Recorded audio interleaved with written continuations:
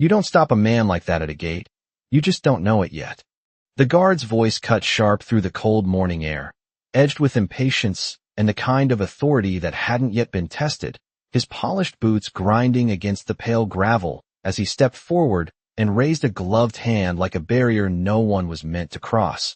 The black iron gates of Arlington stretching wide behind him, but firmly closed to the one man standing just outside them. An old man in a worn dark suit that hung slightly loose on his frame, the fabric clean but aged, like something pressed carefully for an occasion that mattered more than appearances. His shoulders slightly stooped but not weak, not uncertain, just carrying years the way only time could place them, quietly and without apology. The faint morning haze drifting low across the rows of white headstones beyond as flags moved in a slow, steady rhythm at half-staff. The distant hum of an approaching motorcade building like a low storm on the horizon, while the guard squared himself with a rehearsed firmness. "Invitation, sir," he said.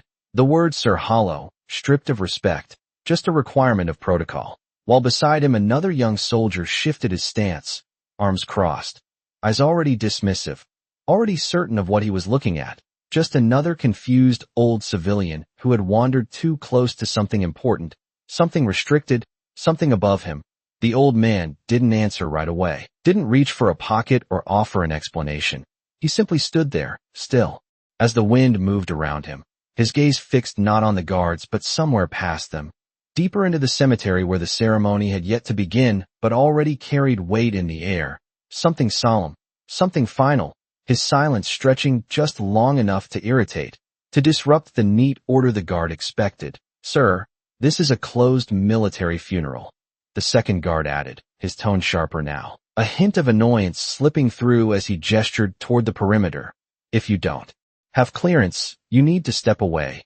The words landing flat against the quiet presence in front of him, the old man's eyes shifting just slightly, pale and steady, not confrontational, not submissive, just aware, as if he had stood in places far more serious than this and understood something these young men didn't, something they couldn't read in a uniform or a badge. The gravel shifted again as the first guard took another step closer, reducing the space between them, asserting control. "I'm not going to ask again," he said, lower now, firmer, while a black sedan turned slowly onto the road behind them, part of a longer line approaching with precise timing, the kind that didn't wait, didn't adjust. The old man finally moved, just a small motion, his hand brushing lightly against the lapel of his jacket where a tiny, dull piece of metal caught the morning light for a fraction of a second before settling back into shadow. Easy to miss, easy to dismiss. His voice when it came was quiet, steady, carrying more weight than it should have for something so soft. "I'm here for General Whitaker," he said, not looking at them, not needing to. He would have expected me. The words hung there, simple, almost understated, and for a moment the guards just stared. Then the second one let out a short breath that almost turned into a laugh, shaking his head as if the claim confirmed everything he had already decided. "Yeah," he muttered, stepping back with a faint smirk. "I'm sure he did." The guard's smirk lingered just long enough to invite the others in, and it did not take more than a second for the tension to shift from controlled procedure into something sharper, something personal, as Lieutenant Eric Dawson approached from the inner side of the gate, his pressed uniform catching the pale morning light, his posture straight, precise, every movement measured the way it had been drilled into him. But his eyes carried something less disciplined, a quick judgment already formed. Before he even spoke, "What seems to be the issue, Corporal?" he asked, his tone clipped, efficient, while his gaze swept over Arthur Hale from head to toe, taking in the worn suit, the scuffed shoes, the quiet stillness that did not fit the scene, and filing it away as an inconvenience, as something to be removed before the motorcade arrived. Corporal Blake stepped slightly aside, gesturing with a small tilt of his head. "Sir, he claims he is here for General Whitaker," says the general. "Expected him." The words sounded almost rehearsed now, but there was a hint of amusement buried underneath them, the kind that spreads quickly. In a controlled environment when someone steps out of line, Dawson's lips tightened, not quite a smile, more like a reaction to something mildly irritating. "Did he now?" he said, stepping forward until he stood directly in front of Arthur, close enough to assert authority, not close enough to break protocol, his boots stopping just inches from the old man's. Sir, this is a restricted military ceremony with confirmed guest lists and clearance requirements. If your name is not on that list, then you are not supposed to be here. His voice was calm, practiced, but carried a firmness that expected compliance, expected the situation to resolve itself quickly.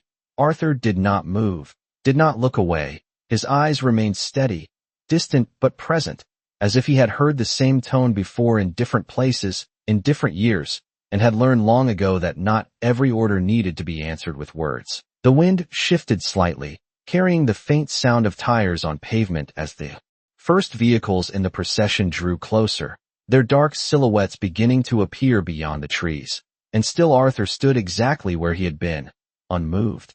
Dawson exhaled slowly through his nose, the kind of controlled breath that signaled the end of patience. I am going to make this very clear, he said, lowering his voice just enough to make it sharper, more direct. You are currently interfering with a military event, and if you do not step away from this gate immediately, I will have you escorted out.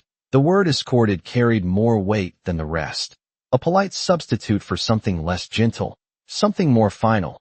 The second guard shifted his stance again, ready now, waiting for the order to act, while a few early arrivals inside the perimeter began to notice the exchange, their quiet conversations dimming as their attention drifted toward the gate, drawn by the subtle disruption in an otherwise flawless sequence of events.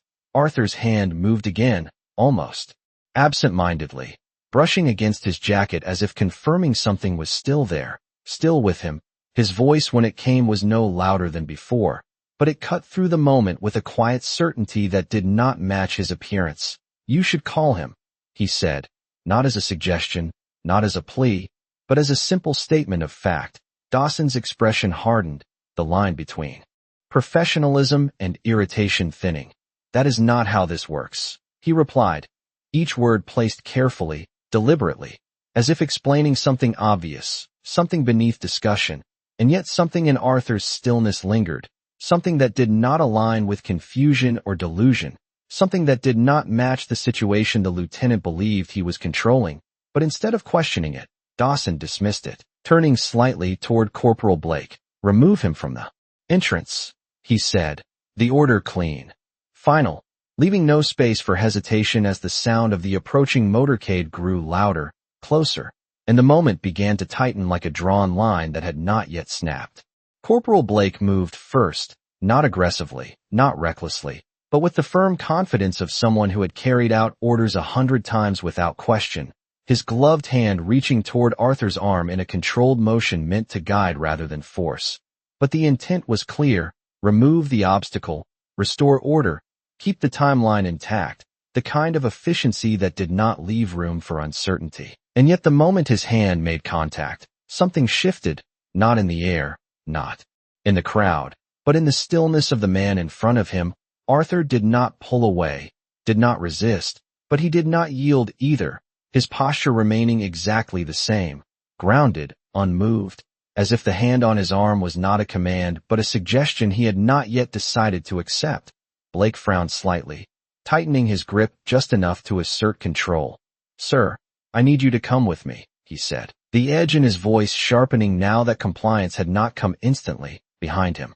Lieutenant Dawson watched with growing impatience, his jaw set, his eyes flicking briefly toward the road where the first black sedan had now come into full view, its polished surface reflecting the muted sky, the timing narrowing, the margin for disruption shrinking with every passing second. Do not make this more difficult than it needs to be, Dawson added, stepping closer, his presence reinforcing the order, turning it from a request into something final. But Arthur's gaze did not shift to either of them. Instead it lowered slightly, just enough to follow the movement of Blake's hand on his sleeve, and for the first time there was the smallest change in his expression, not anger, not fear, but something quieter, something older, like a memory brushing against the present. His other hand moved slowly, deliberately, not to push Blake away, not to break contact, but to steady himself as the fabric of his jacket shifted, and in that small movement the pin on his lapel caught the light again, a dull glint, uneven, easily overlooked, except it did not go unnoticed this time. Dawson's eyes flicked to it instinctively, drawn not by its appearance, but by the way Arthur's hand hovered near it, protective without being obvious. And something about that hesitation, that almost imperceptible care, created a brief pause in the lieutenant's otherwise controlled rhythm. "What is that?" Dawson asked, the question slipping out before he had fully decided to ask it.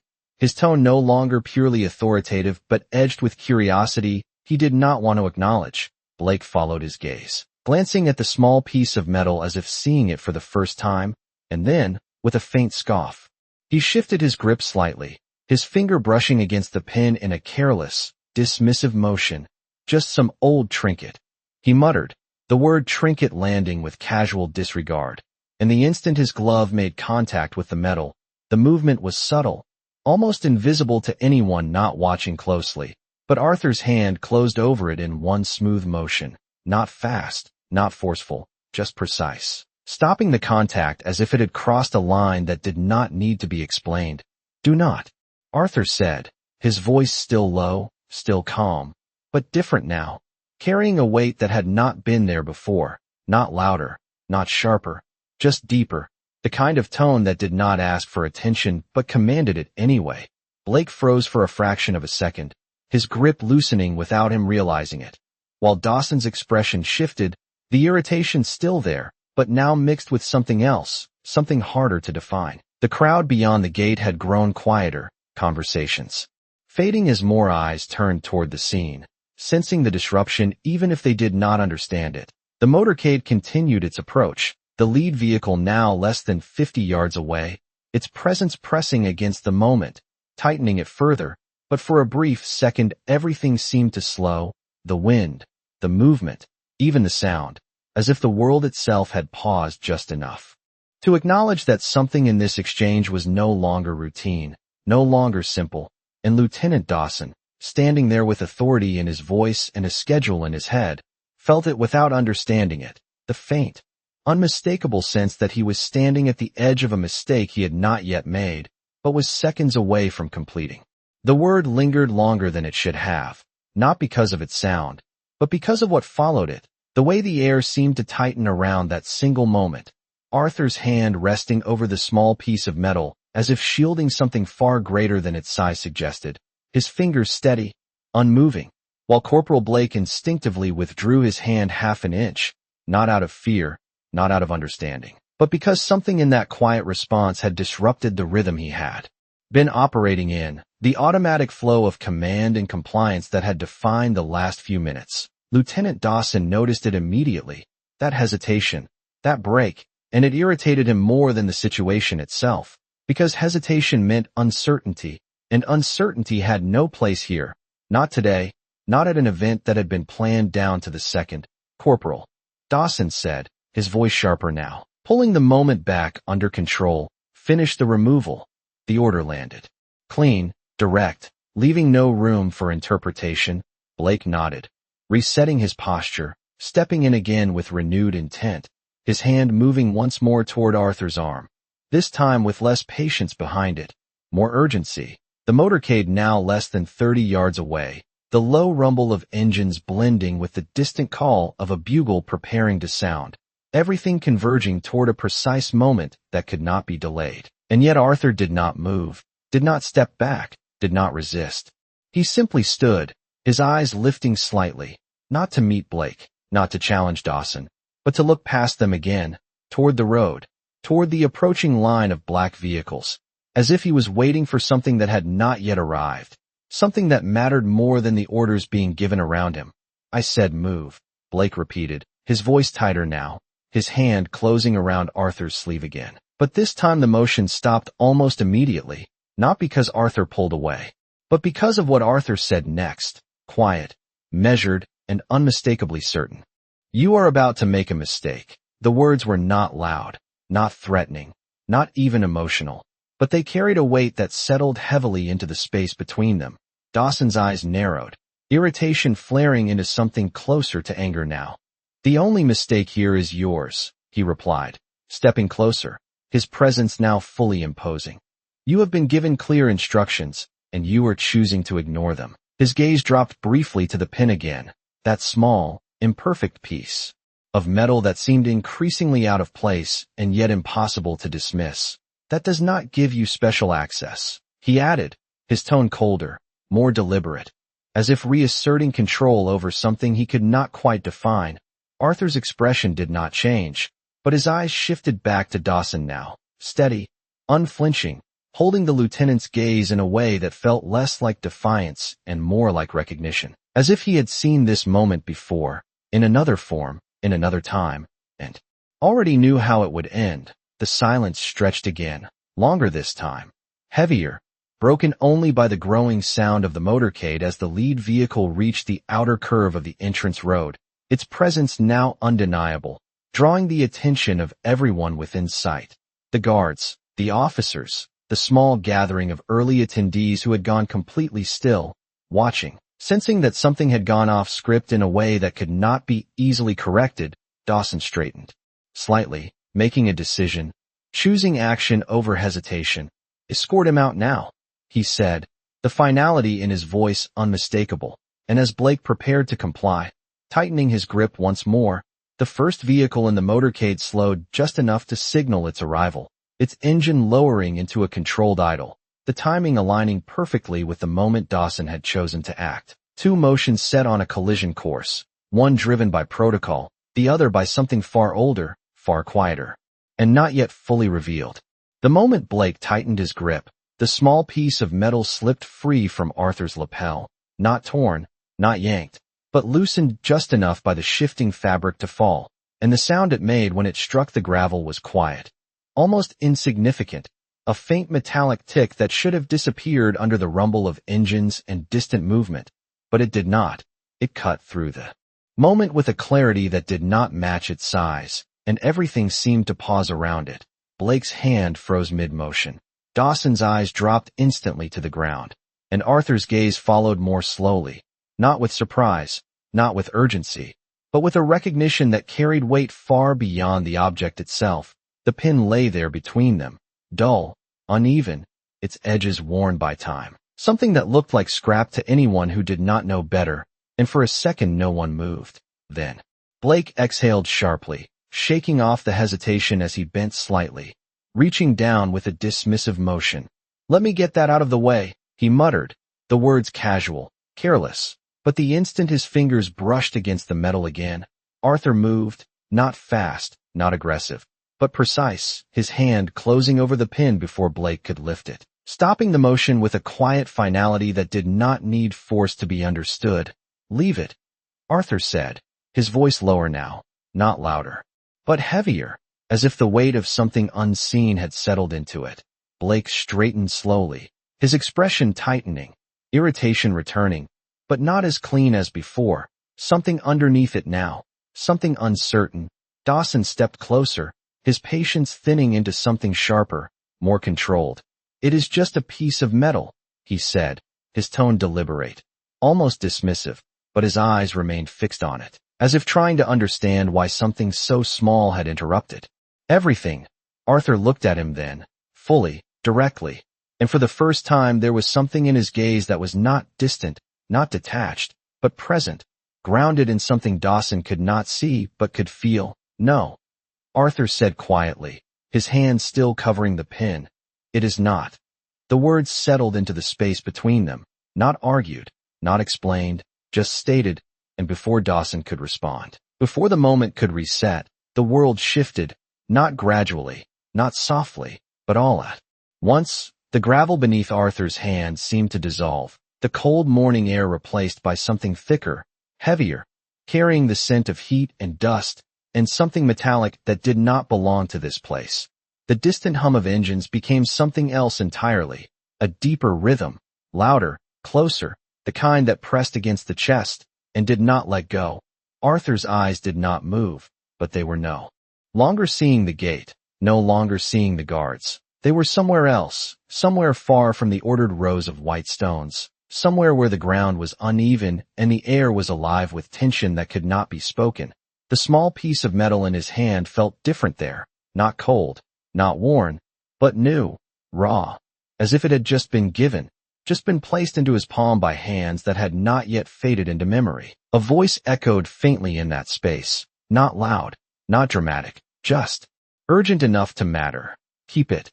It had said, steady despite everything around it. So you remember. And then just as quickly as it had come, the moment snapped back. The cemetery returned. The sound of the motorcade pressing in once more, the first door of the lead vehicle opening somewhere behind the guards. But Arthur remained exactly where he was, his hand still resting over the pin, his posture unchanged, as if nothing had happened at all, except now there was something in the air that had not been there before, something heavier, something that could not be explained by protocol or rank, and Lieutenant Dawson, standing just feet away, felt it without understanding it, the faint, undeniable sense that whatever he was dealing with was no longer under his control. The air did not return to normal, not fully, not completely. Something lingered in the space between them, subtle but undeniable, like the echo of a sound that had already faded yet refused to disappear. Corporal Blake shifted his stance again, but this time the movement lacked the clean certainty it had before, his hand no longer gripping Arthur's sleeve, instead hovering slightly at his side, as if waiting for a clearer instruction that had not yet come. Lieutenant Dawson felt it too.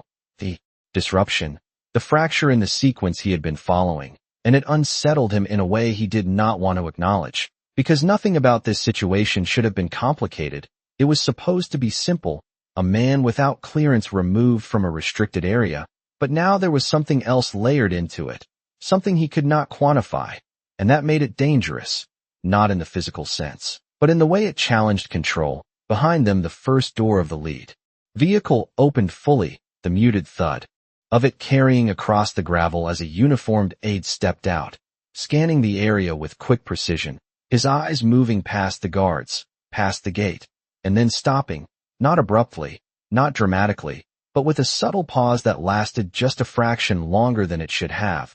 His posture straightened slightly, his attention narrowing, not on the officers, not on the gathering crowd, but on Arthur, standing exactly where he had been, unmoved, unchanged, as if the arrival of the motorcade had no bearing on him at all.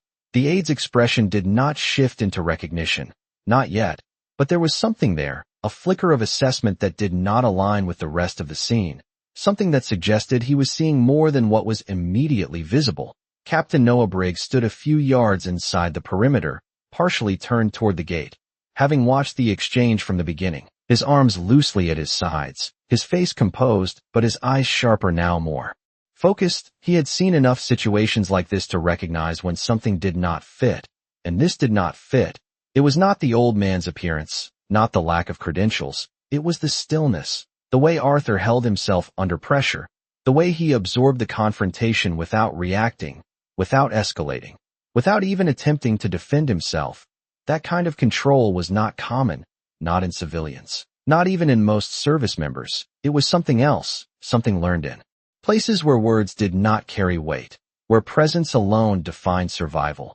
Briggs' gaze dropped briefly to the pin in Arthur's hand, catching the faint glint of it as it shifted slightly in the light, and something about it tightened the thought forming in his mind. Not recognition, not certainty, but a warning, quiet and persistent. He stepped back half a pace, reaching into his pocket with a movement so small it went unnoticed by everyone except himself, his phone already in his hand. Before the decision fully formed, Dawson did not see it. His attention still locked on Arthur, his frustration building again as the moment stretched longer than he could allow. "This is your final warning," he said, his voice controlled but firm, trying to reassert the structure he felt slipping. "You need to step away from this gate immediately."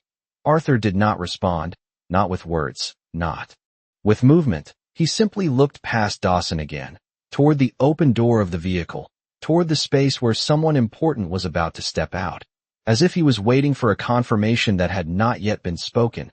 And that was when Briggs made the call, turning slightly away, his voice low, measured, just enough to carry through the line without drawing attention. "Sir, I need you to verify a name," he said, his tone careful, deliberate, because even he did not yet understand why he was making the call, only that he had to. "Arthur Hale." The name hung there for a second on the other end, and in that pause, something shifted again, unseen, unheard, but already moving faster than anything happening at the gate. a reaction beginning far above them, far beyond the quiet rows of stone, and Captain Briggs, standing there with his phone pressed to his ear, felt the first ripple of it without knowing just how far it would go. The voice on the other end of the line did not answer immediately, and that silence carried more weight than any response could have. Captain Briggs felt it the moment he spoke the name, a pause that was not confusion, not hesitation, but recognition held back just long enough to confirm it was real. "Say that again."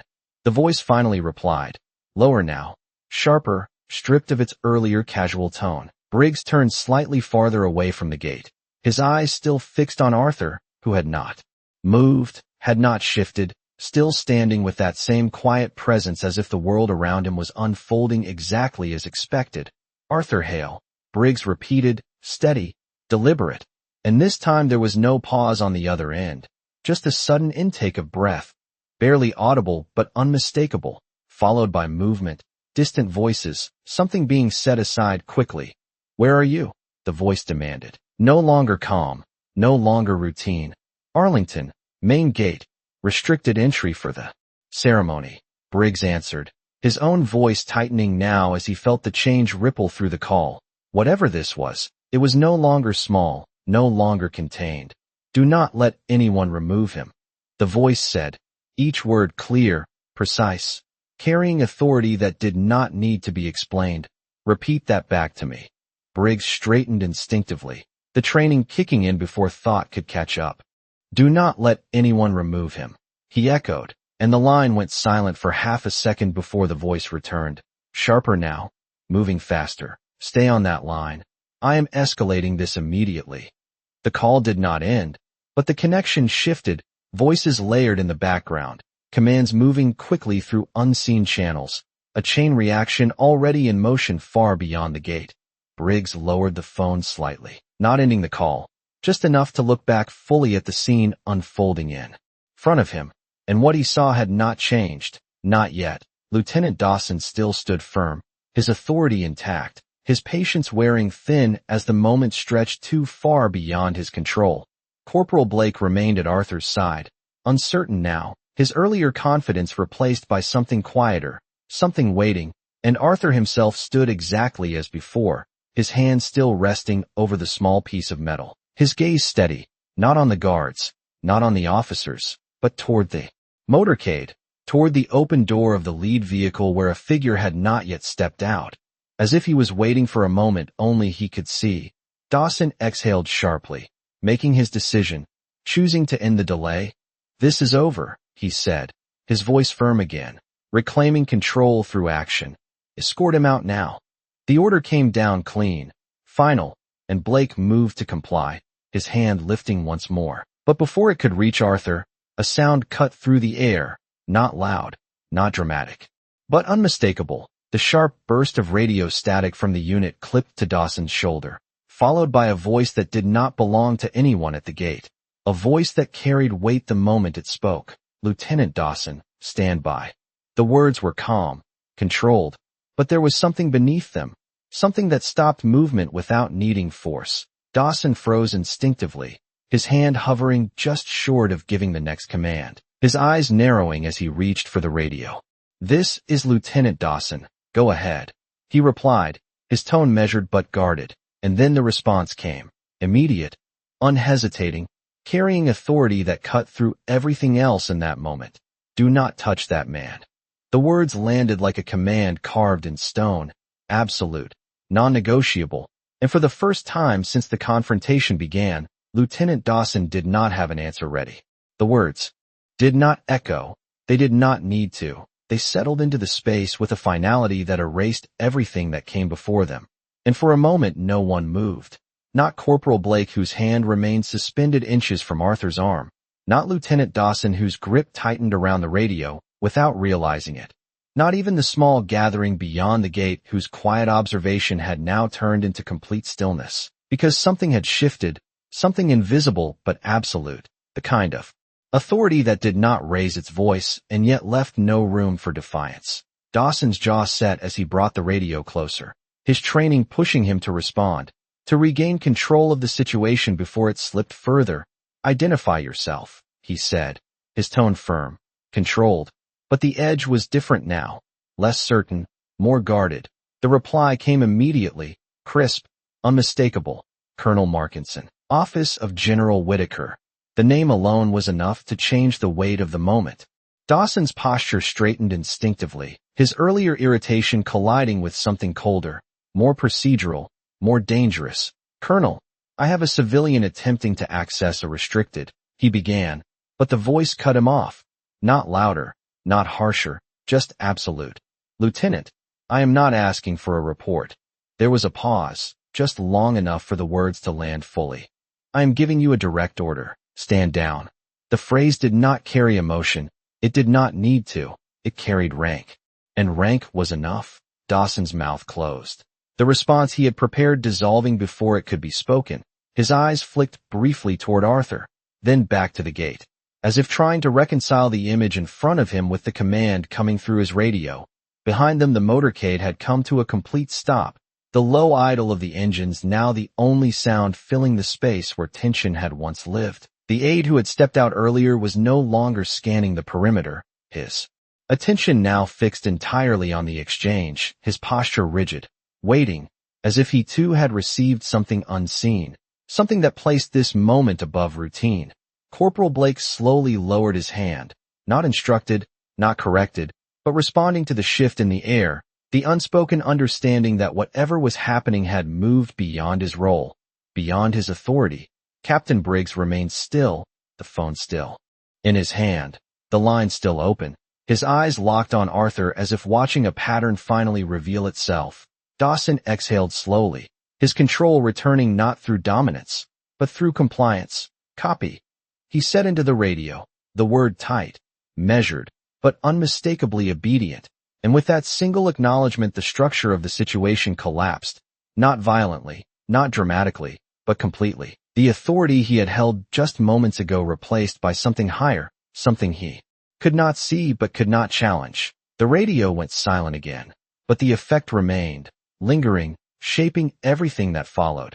The aide near the lead vehicle stepped forward now, moving with purpose, crossing the distance toward the gate with measured steps, his gaze never leaving Arthur, and still Arthur had not moved, had not spoken, his hand resting lightly over the small piece of metal as if it had never left its place. His eyes steady, calm, waiting, not for permission, not for validation, but for something inevitable, something already in motion. And as the aide approached, stopping just short of the guards, his voice came low and controlled, carrying a respect that had not existed in the space before. Sir, he said, not to Dawson, not to Blake, but to Arthur, the word landing differently now, carrying weight, carrying recognition that had not yet been spoken aloud. And in that moment, with the engines idling and the flags moving slowly in the wind, the entire scene held its breath, balanced on the edge of something that was no longer hidden, no longer delayed, but about to be revealed. The aide's voice lingered in the air for just a fraction longer than expected, and then the second door of the lead vehicle opened with a quiet, deliberate motion that seemed to pull every eye toward it without command, without announcement, the movement itself enough to shift the entire weight of the scene. A tall figure stepped out, the 4 silver stars on his shoulders catching the muted light in a way that did not shine, but commanded attention all the same. General Thomas Whitaker did not look at the guards, did not acknowledge the officers. His focus locked immediately onto Arthur Hale, as if there had never been any doubt about where it belonged. And for a moment, just a brief moment, the world seemed to narrow to the space between them. The general's posture straightened not out of habit, but out of something deeper, something rooted in memory rather than protocol. His pace was steady, measured, each step across the gravel carrying a quiet authority that silenced everything around it. The faint sound of boots, the soft movement of flags, even the low hum of engines seemed to fall back as he approached the gate. Lieutenant Dawson stood rigid, his earlier confidence replaced by something far more controlled, far more careful, his eyes tracking the general's movement without fully understanding what he was witnessing. Corporal Blake remained still beside him, his hands now at his sides, no longer part of the action, only a witness to it. Captain Briggs lowered his phone slowly, the call no longer needed. Whatever had been set in motion had already arrived, and Arthur did not move. Not yet. His gaze meeting the general's as if no time had passed at all. As if the years between them had never existed, the general stopped. Just a few feet away. Close enough now that the details were clear, the worn suit, the steady eyes, the small piece of metal still held carefully in Arthur's hand. And then, without a word, without hesitation, General Whitaker raised his hand in a slow, deliberate salute. Not sharp, not ceremonial, but precise, intentional. The kind of salute that carried meaning beyond rank, beyond duty, the kind that was given, not required. And the effect was immediate, absolute. Lieutenant Dawson's breath caught as his body reacted before his thoughts could, his hand rising instinctively to return the salute. Corporal Blake followed a fraction of a second later, then the aide, then the small group beyond the gate, and within seconds the entire line of personnel stood in silent recognition, the moment expanding outward, touching everyone within sight, not through command, but through understanding. Arthur looked at the general for a second longer, then slowly, deliberately, he returned the salute, his movement steady, unshaken, carrying the same quiet weight that had defined him from the beginning. And when their hands lowered, the silence that followed was deeper than anything that had come before, not empty, but full, filled with something that did not need to be spoken. General Whitaker stepped forward then, closing the final distance, his voice low when he finally spoke, but clear enough for those closest to hear. "You made it," he said, not as a question, but as a recognition of something promised long ago. Arthur gave the slightest nod, his hand relaxing over the small piece of metal. "I said I would," he replied, and for the first time since the morning began, there was the faintest shift in his expression, not a smile, not quite, but something lighter, something that belonged to a different time. The general turned then, just slightly, his presence expanding again to include the others. "Open the gate," he said.